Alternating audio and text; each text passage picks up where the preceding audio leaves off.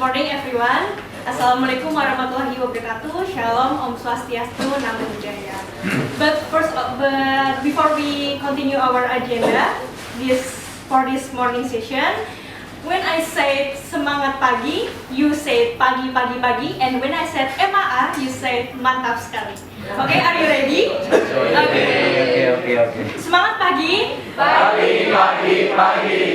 MAA. Mantap sekali. Okay, thank you everyone.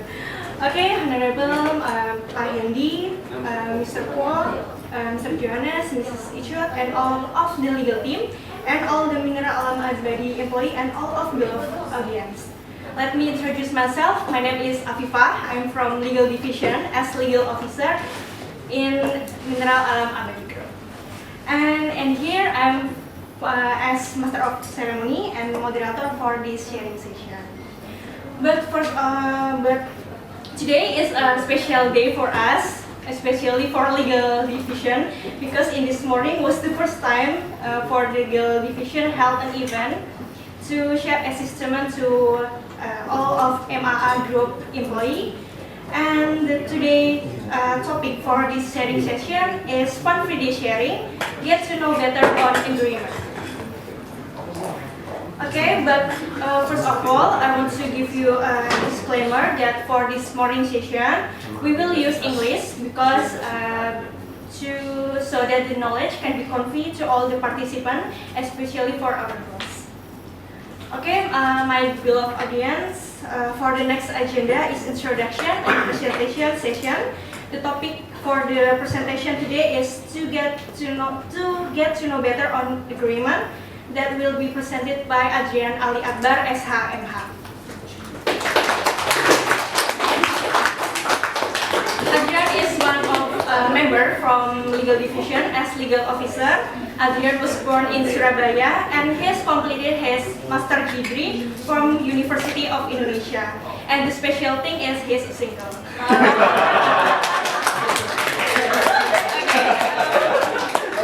Maybe we'll just next for our agenda for today for this sharing session. For Adrian, the time is yours. Okay, thank you Afifah.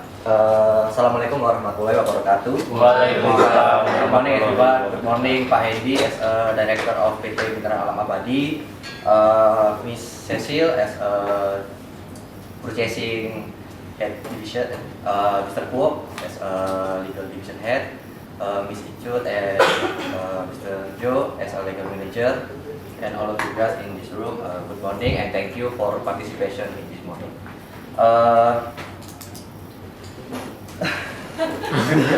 Today I will present you about get to know better on agreement. And today I will invite you guys to discuss what an agreement is and how it is technically implemented. Do the focus on business activities. So in this case, the agreement to be discussed operational agreement. For today, for presentation of the material to be delivered, included the following is first, what is an agreement? Why agreement is important?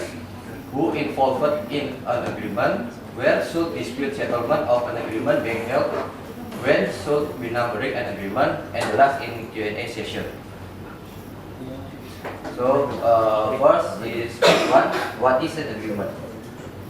First, we have to know that agreement based on Article 1313 Civil Code or PW mention that an agreement is an act which one or more people bind themselves toward one or more people. This is I explain with bahasa, so we can know about this article. Dari artikel atau pasal 1313 BW ini menyebutkan bahwasannya suatu persetujuan itu ialah suatu perikatan yang mengikat antara satu pihak atau lebih dengan pihak yang lainnya. For the next is based on Article 1233 Civil Code or BW mention that agreement born because of covenant or because of the law. So in pasal 1233 KUH Perdata, perjanjian lahir karena adanya persetujuan atau karena adanya undang-undang.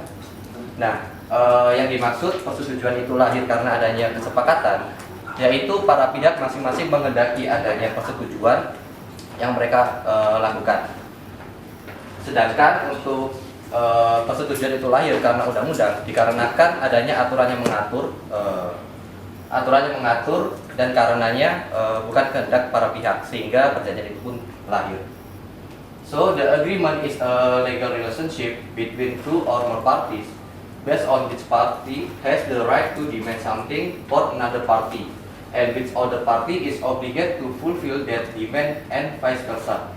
So, jadi dari penjelasan pasal 1313 dan 1233 itu memberikan suatu penjelasan bahwasannya perjanjian ini merupakan suatu hubungan hukum yang dilakukan oleh para pihak, baik itu perorangan maupun badan hukum, yang dimana pihak yang satunya itu memenuhi suatu kewajiban atau menuntut suatu tindakan ataupun prestasi, sedangkan pihak yang satunya adalah menerima suatu prestasi tersebut.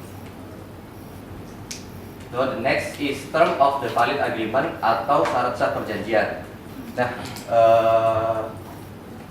based on Article 3020 Civil Code mention that in order for a valid agreement to occur, four conditions need to be fulfilled. Jadi dari syarat sah perjanjian yang diatur di dalam pasal 1320 KUH Perdata mengatur tentang adanya syarat sah perjanjian yang dibagi menjadi dua, yaitu adanya syarat subjektif dan syarat objektif. Syarat subjektif adalah their agreement to bind themselves, yang artinya bahwa perjanjian itu berdasarkan pada kesepakatan para pihak. Yang kedua, the ability to make an agreement, yang dimana dari persyaratan subjektif para pihak itu dianggap cakap dalam artian mereka sudah dewasa ataupun tidak dalam suatu pengakuan maupun pengawasan. Apabila dari subjektif terms atau persyaratan subjektif ini tidak terpenuhi, maka suatu perjanjian itu dapat dibatalkan. So next, objective terms itu terdiri dari a particular subject matter atau suatu hal tertentu, lalu ada an undisclosed reason atau suatu yang halal atau tidak dilarang oleh undang-undang. Nah, jadi sebuah perjanjian, adapun persyaratan objektif yang dimana para pihak melakukan suatu kerjasama itu karena sesuatu hal dan karenanya tidak dilarang oleh undang-undang. Jadi tidak melanggar suatu undang-undang ataupun ketertiban umum. Dan apabila syarat objektif ini tidak terpenuhi, maka suatu persetujuan itu dapat dibatalkan demi hukum. Okay. Next is memorandum of understanding of MOU. A memorandum of understanding is a legal act by the one party to express its intention to another party regarding something it overall owns. In the other words, MOU is preliminary agreement that regulates and provides an opportunity for the parties to conduct an analysis in advance of the offer submitted before carrying out more detailed and binding agreement between the parties later. Nah, jadi yang dimaksud dari MOU ini itu merupakan suatu perbuatan hukum juga. Nah, tetapi yang dimaksudkan dalam hal ini itu adalah sebuah penawaran kepada para pihak yang akan melakukan sebuah perjanjian. Nah, di MOU ini terlebih dahulu para pihak dapat melakukan analisa. Dan penawaran itu diajukan tidak secara terperinci, berbeda dengan perjanjian pada umumnya atau perjanjian pokok yang akan dilakukan oleh para pihak. Oke. Tanya. Jadi kalau misalnya MOU itu kan sebelum agreement ya? Iya, sebelum kita agreement. berintensi untuk bekerjasama. Iya. Nah, itu essence-nya tuh lebih ke apa ya, purpose-nya? Maksudnya, oke, ini kita ada kita bekerja sama, apakah itu berarti harus diikat lagi dengan agreement atau gimana? Maksudnya what's the difference between agreement sama MOU dan seberapa kuatnya MOU ini? Sebelumnya ini saya jelaskan dulu mengenai perbedaan dari perjanjian sama MOU. Nah, jadi perjanjian itu There are legal action, berarti ada perbuatan hukum dan mengajukan akibat hukum juga para pihak. Terus yang utama adalah sifatnya itu mengikat kalau agreement. Berbeda dengan MOU, MOU itu memang menjelaskan tentang pemahaman ataupun suatu ruang lingkup lah atau pendahuluan bahwasannya para pihak nanti akan sepakat melakukan kerjasama. Nah, sifatnya itu tidak mengikat para pihak, kecuali tidak mengikat. Berbeda dengan perjanjian. Jadi tujuannya apa ya kalau MOU?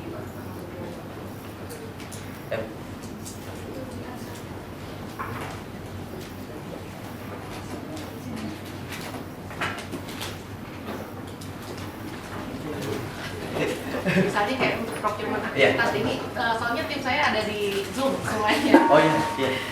Jadi kalau misalnya untuk procurement, kita udah tahu punya the lowest bidder lah, punya kayak trennya tuh dia terus yang menang gitu ya. Terus kan kita lagi pembicaraan untuk mengikat harga, tapi itu kan pasti lama kan analisa itu. Nah, apakah diperlukan untuk melakukan MOU sampai nanti agreement-nya ada?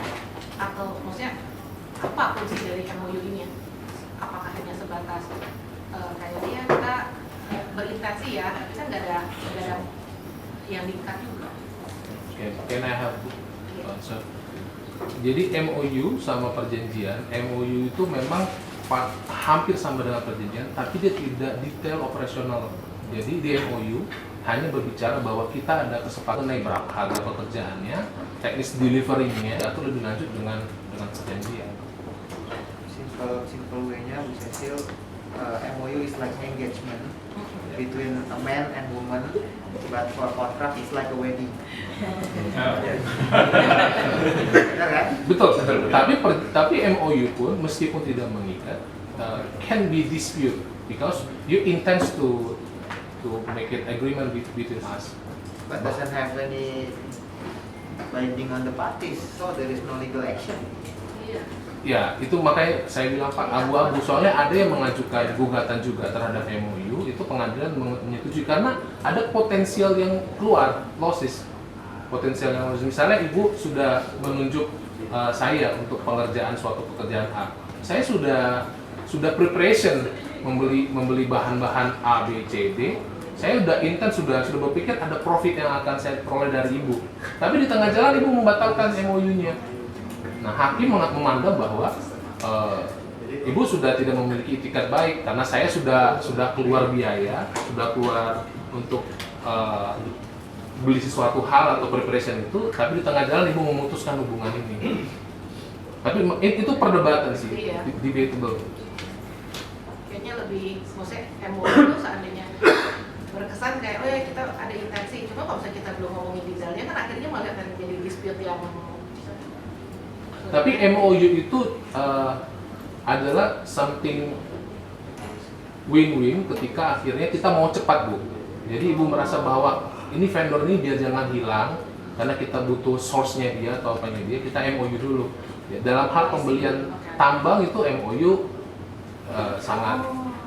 sangat baik itu, atau kerjasama sesuatu hal antara dua perusahaan yang untuk requirement for permit, something permit itu adalah oke. Oke. Ya, mungkin ada beberapa Depends konteks yang on lebih it. ini ya. Oke. Can I continue? Yeah. So, and part 2, why agreement is important. The importance of is written agreement. Agreement have a very important role in civil legal relations due to the emergence of an agreement between two or more parties and the fulfillment of the condition for the validity of the agreement. The agreement has binding legal force, so that the agreement made between the two parties has a guarantee which will later become proof that the agreement has truly been reached. There are some advantages of making a written agreement as follows. The agreement has a binding legal force, provide clarity regarding the responsibilities of each party as a basis for a dispute resolution. Nah, jadi suatu perjanjian ini memiliki peranan yang sangat penting dalam hubungan keperdataan. Nah, yang dimana dalam hubungan itu adanya kesepakatan para pihak yang menyatakan bahwasannya mereka itu telah sepakat untuk melakukan kerjasama atau melakukan suatu perjanjian, dan adanya suatu jaminan bahwasannya memang benar telah terjadinya kesepakatan oleh para pihak. Nah, selain itu juga untuk benefits dari dibuatnya agreement ini, untuk yang pertama, perjanjian itu mempunyai kekuatan hukum yang mengikat, di mana setiap perjanjian yang dibuat oleh para pihak memuat pemenuhan hak dan kewajiban yang wajib ditaati oleh para pihak. Dan apabila para pihak tidak menaati suatu ketentuan yang ada di dalam perjanjian, maka pihak yang dirugikan dapat melakukan tuntutan ganti kerugian. Nah, lalu yang kedua adalah provide clarity regarding the responsibility of each party, atau memberikan kejelasan akan tanggung jawab masing-masing pihak. Yang dimana perjanjian memberikan kejelasan tentang apa yang menjadi tanggung jawab dari masing-masing pihak yang terlibat dalam suatu perjanjian. Nah, sehingga membantu menghilangkan adanya ketidakpastian mengenai apa yang menjadi hak dan kewajiban oleh para pihak dalam. Okay. The next party is who are involved in agreement. So in this part, in preparing the contract, we can see that there are separate stages. Namely, first is pre-design the contract, second is the contract design, and the last is post contract. Nah, di dalam suatu perancangan kontrak itu ada 3 tahapan, yaitu adalah pra-perancangan kontrak, perancangan kontrak, dan pasca kontrak. Nah, yang dimana pra-perancangan kontrak ini terdiri dari identifikasi para pihak, yang mana tahapan identifikasi para pihak ini merupakan suatu penentuan serta menetapkan apakah identitas dari para pihak ini sudah jelas dan apakah para pihak itu mempunyai kecakapan hukum untuk melakukan perjanjian. Nah, lalu ada initial research into related aspect atau penilaian awal terhadap aspek terkait. Ini terkait unsur pembayaran, ganti rugi ataupun perpajakan. Nah, untuk negosiasi itu merupakan suatu proses tawar menawar untuk mencapai kesepakatan sehingga menentukan objek dan substansi kontrak yang akan dibuat di dalam perjanjian. Nah, untuk perancangan ini dilakukan oleh departemen, yaitu oleh user itu sendiri atau yang merequest perjanjian. Nah, terus yang kedua ada kontrak design, meliputi drafting kontrak, review of draft contract by related parties, revision or adjustment need to be made, final statement of the contract, sama closing. Nah, yang pertama itu adalah pembuatan kontrak. Pembuatan kontrak dilakukan oleh Departemen Legal. Lalu untuk review of draft contract by related parties, ini menyangkut tentang Departemen User ataupun FAT untuk tata cara pembayaran maupun perpajakan. Nah, setelah dilakukannya drafting dan direview oleh user ataupun departemen terkait, maka apabila ada perubahan atau penyesuaian, maka akan dilakukan revision atau penyesuaian kembali oleh Departemen Legal. Nah, setelah dilakukannya revisi atau penyesuaian, kemudian hasil revisi tersebut dikembalikan kepada user, dan apabila user dan departemen terkait tidak ada permasalahan, maka dari divisi legal akan melakukan finalisasi terhadap kontrak. Nah, setelah dilakukannya finalisasi, yang terakhir adalah closing, yaitu untuk penandatanganan para pihak. Lalu untuk yang terakhir adalah post kontrak, yang dimana setelah kontrak itu ditandatangani oleh para pihak, nah para pihak wajib untuk melakukan kewajibannya yang sesuai dengan apa yang dicantumkan dalam kontrak.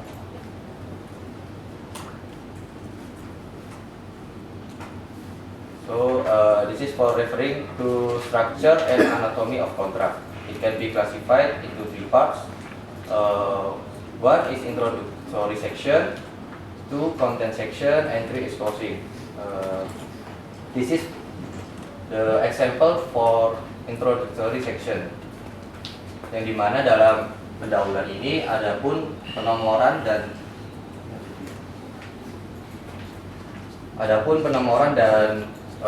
juga judul dari perjanjian yang dilakukan. Lalu selanjutnya identitas para pihak. Terus yang ketiga itu adalah penjelasan mengenai dilakukannya perjanjian. Lalu yang kedua ini adalah content section, yang dimana adapun beberapa pasal yang diatur di dalam perjanjian dibuat. Nah, yang pertama itu merupakan definisi dan interpretasi, yang mana dari definisi ini para pihak mempunyai interpretasi atau pemaknaan yang sama terhadap suatu definisi atau pengertian. Terus untuk yang kedua, ketiga, 4 sampai 7 itu merupakan sebuah ketentuan khusus yang disepakati oleh para pihak terkait dengan ruang lingkup, jangka waktu, harga atau biaya, tata cara pembayaran ataupun pajak, serta sampai dengan hak dan kewajiban para pihak. Dan untuk pasal ataupun artikel 8 sampai 11 ialah dalam ketentuan umum. Akan tetapi di pasal 16 itu juga berdasarkan para pihak untuk melakukan penyelesaian sengketa apabila terjadi perselisihan, seperti memilih atau menentukan sengketa ini akan dibawa kemana, apakah melalui musyawarah terlebih dahulu atau melalui pengadilan negeri yang ditunjuk. So this example for closing the agreement. Di sini kita lihat bahwasannya di penutup ini ialah bagian untuk penandatanganan para pihak. So next is part 4, where should dispute settlement of an agreement be held? So for dispute is based on Article 1238 Civil Code that mention the debtor is declared negligent by means of a word or by a similar deed or based on straits of the agreement itself, that is, if this agreement of the debtor to be considered negligent after the allowed time has passed, and based on Article 1243 Civil Code that mention compensation for costs, dues and interest to non-fulfillment of an agreement is required if the debtor, even though he has been declared negligent, remain negligent is fulfilling the said agreement, or if something that must be given or done can only be given or done within a time that exceeds the specific time. So for the asking session, before you asking, please raise your hand, and then I will choose the person who will ask. Okay, first maybe Pak Hedi. Yeah, thank you everyone. I would like to ask what is Buljik Wet Book. That's the first. Second is, can you guys introduce how the step if the teams here want to make an agreement? What's the requirement and how we approach the legal division, like email, what kind of email they need, what we need to do. Because not everyone in this room already made an agreement with the legal. Am I right? Benar nggak? Nah, itu. Mungkin itu aja. Thank you. Maybe Adrian wants to answer. Or maybe another, dia prepare dulu buat pertanyaan yang lain. Wait for the next question. And maybe for the Zoom audience, please write the question in the comment section. Then I will read the question. Itu ada mengacu pada pasal 1320 KUH Perdata. Ada syarat subjektif dan syarat objektif, di mana apabila syarat subjektif itu adalah bicara orangnya. Apabila orang itu mewakili pribadi orang dia sendiri, kalau di hukum perdata ada dua, ada naturally person, ada rare person. Naturally person itu adalah orang-orangan yang dimana bicara hukum apabila sudah 15 tahun ataupun dia tidak dibawa pengakuan atau tidak masih waras ya. Dan setelah itu badan hukum. Badan hukum itu apa? KPT. Nah, dalam hal ini akan relate dengan apa yang disampaikan oleh Mbak Icut sebelumnya. Kenapa kita harus memverifikasi apakah orang tersebut tepat untuk mewakili badan hukum atau represent tersebut dalam membuat suatu perjanjian. Makanya kalau kita ke MMS atau AMS, kita akan tolong membuat KYC form, know your customer, ya kan? Ya, di mana kita akan meminta data-data legalitas terkait perusahaan berupa akta pendirian, akta perjanjian itu akan melihat bagaimana sejauh apa kewenangan direktur dalam mewakili perusahaan. Bisa kayak si MAA itu untuk disahkannya atau mewakili tindakan hukum dari MAA itu diwakili oleh direktur utama dan direktur itu tertuang dalam akta pendirian. Nah, dan untuk menandatangani perjanjian tersebut harus memang sesuai dengan pengurus terakhir, makanya kita minta perubahan akta terakhir. Karena apabila memang bukan pengurus terakhir itu tidak dapat dibatalkan demi hukum atau tidak sah, itu sangat subjektifnya tidak sah ya. Yang kedua adalah masalah perizinan. Ketika kita membuat kontrak terkait tentang suatu hal, misalnya dalam hal ini jual beli batu bara, kita harus make sure dulu mengenai izin-izin yang harus dilengkapi. Dalam hal ini misalnya kita bekerjasama dengan IPP atau izin pengangkutan penjual, atau sebelumnya Undang-Undang 3 2020 disebut izin usaha produksi khusus pengangkutan dan penjualan. Itu posisi harus melihat apakah IPP ini masih berlaku dan tercatat di dalam sistem MODI. Karena kalau apabila tidak tercatat di sistem MODI, itu posisinya akan bermasalah dalam sistem MVP-nya. Nah, itu yang kalau apabila pegang IUP, bagaimana? Kita harus melihat dulu, kita akan lebih detail lagi. IUP itu harus ketika menjual komoditas batu bara harus mendapatkan persetujuan RKAB. Kalau nggak ada persetujuan RKAB, dapat dikategorikan sebagai menjual komoditas secara ilegal. Dan sanksinya apa? Sanksi administratif dan sanksi pidana. Nah, terus juga makanya dari kita nih khususnya mungkin next kedepannya hanya berlaku MMS, mungkin bisa di user, bisa diverifikasi terkait tentang legalitas yang dimiliki oleh kantor park kita. Apakah orang yang mewakili tersebut sedang sesuai atau tidak? Nah, itu yang menjadi dasar terkait pihak-pihak yang akan membuat kontrak. Nah, masuk ke pasal selanjutnya di sebab yang halal di 1320 Kapolda karena di mana apabila memang tidak terpenuhi sebab yang halal tersebut, sebab yang halal itu tafsirannya menurut beberapa tafsir salah satu fakultas tersebut adalah tidak bertentangan dengan undang-undang.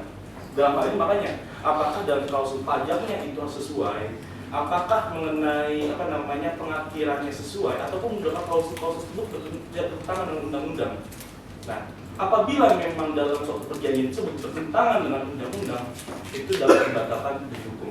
Itu salah satu syarat objektif yang tertuang dalam pasal 1320 KUH Perdata.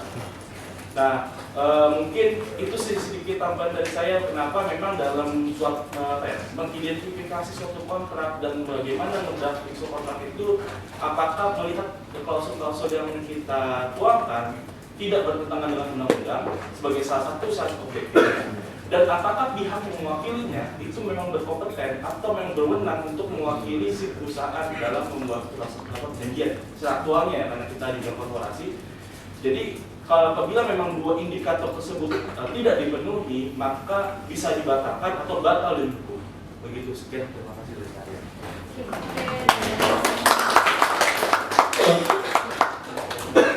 Okay, maybe for the next question from Asya terkait dengan MOU, silakan Adrian.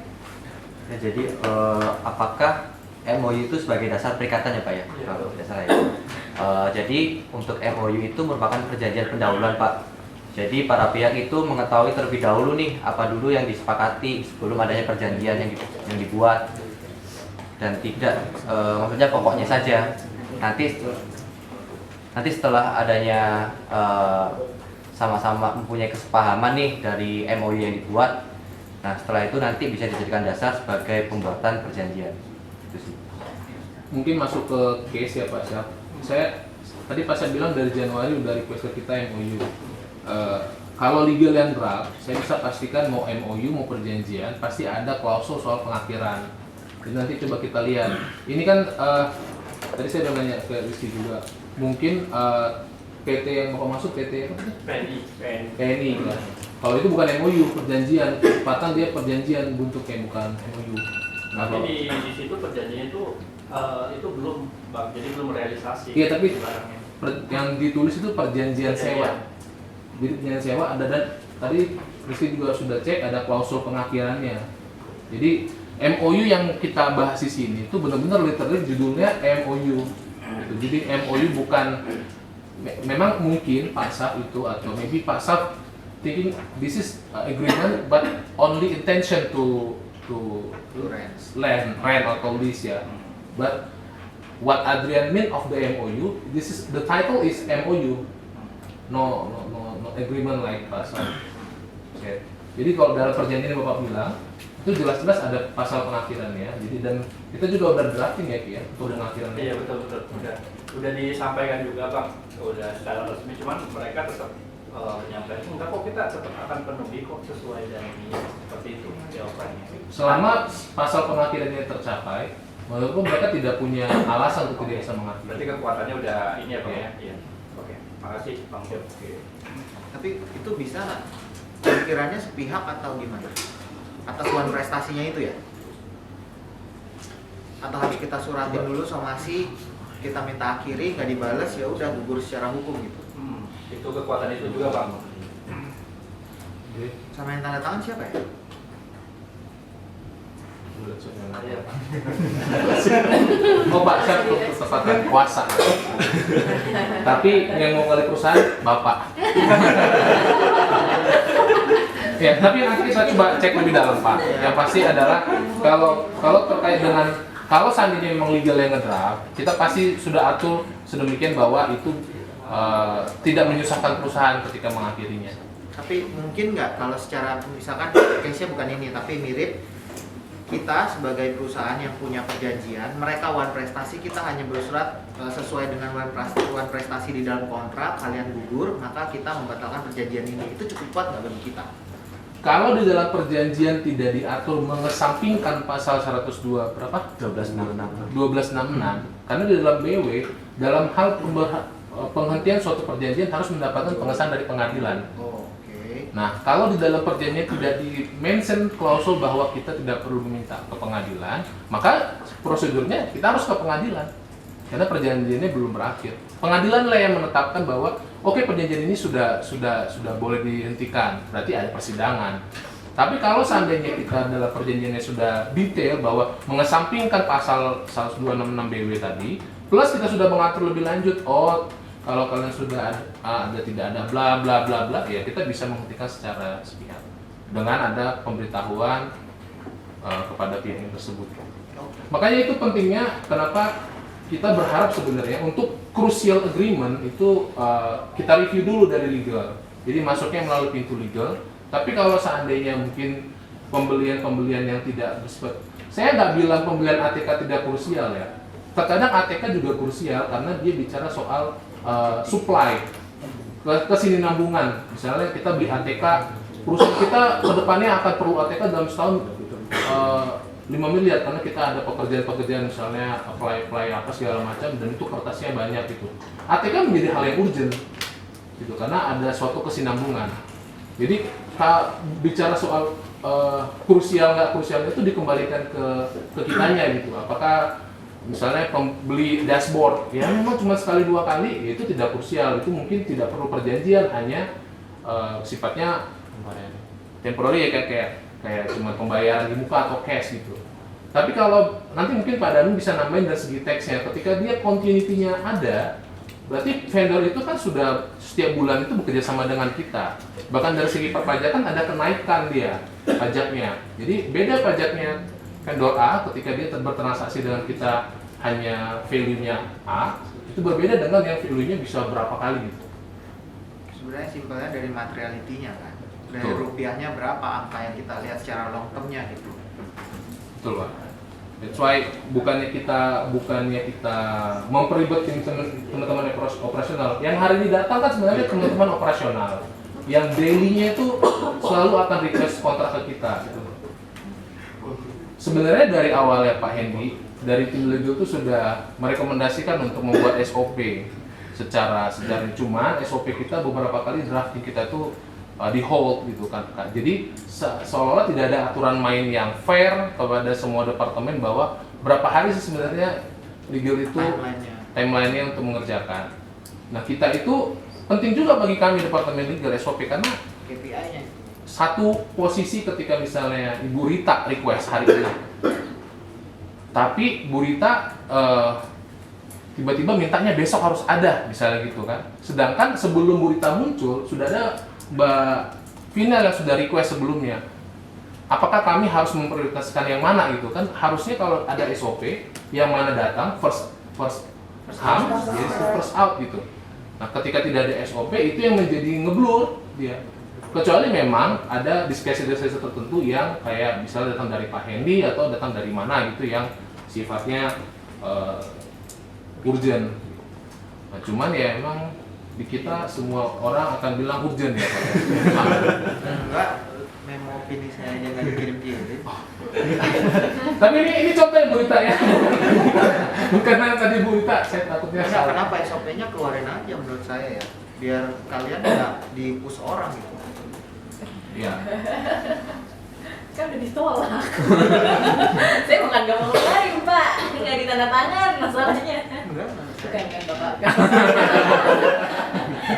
Bapak kenal orang belakang Bapak yang nolok. They said about regarding the queen number of legal division when someone submit the contract and then someone coming again and say this is urgent, so I think Semua better urgent. have Semua. yeah, I think better have SOP, so the guideline who comes first, Yeah. who will serve first, and then Yeah. how about the timeline. I think it's Yeah. much more easier for legal if you have the Just you say, Fajar to wedding, Ah. anak-anak. Yeah. Sekarang. that's right.